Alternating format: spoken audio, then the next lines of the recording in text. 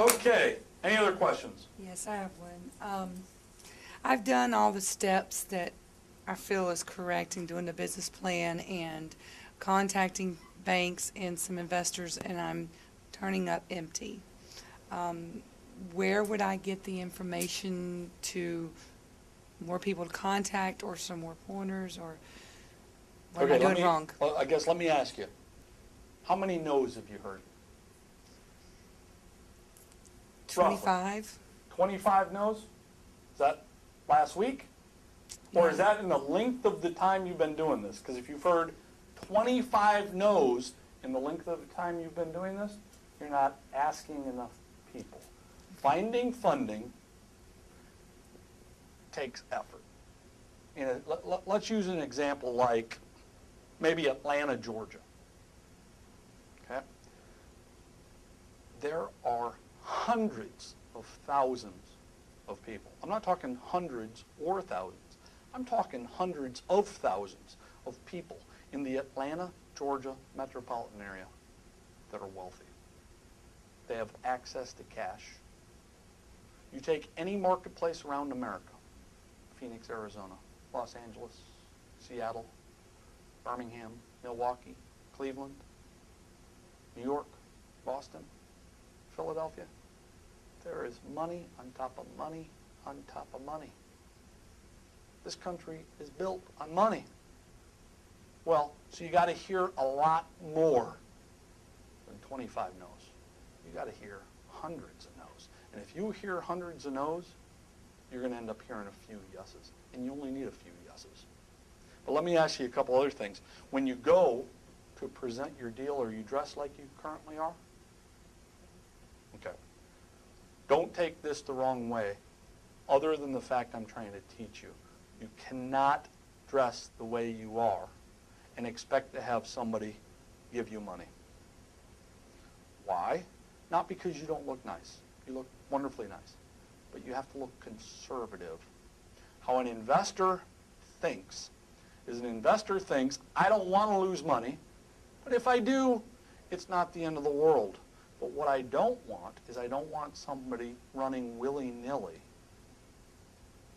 with my money.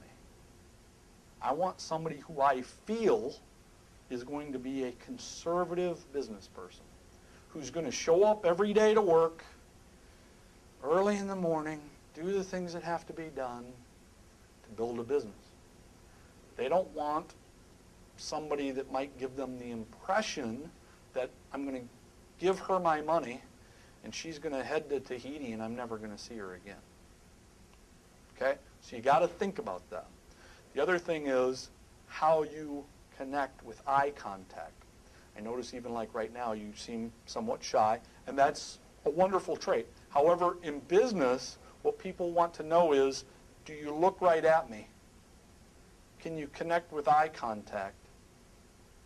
Or is what you are telling me the truth?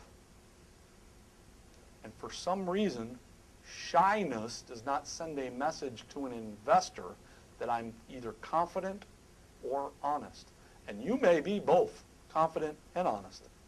But you got to get over that shyness trait where you're looking away. Look right at the person. Answer their questions. Make the comments. Be confident about what you're doing.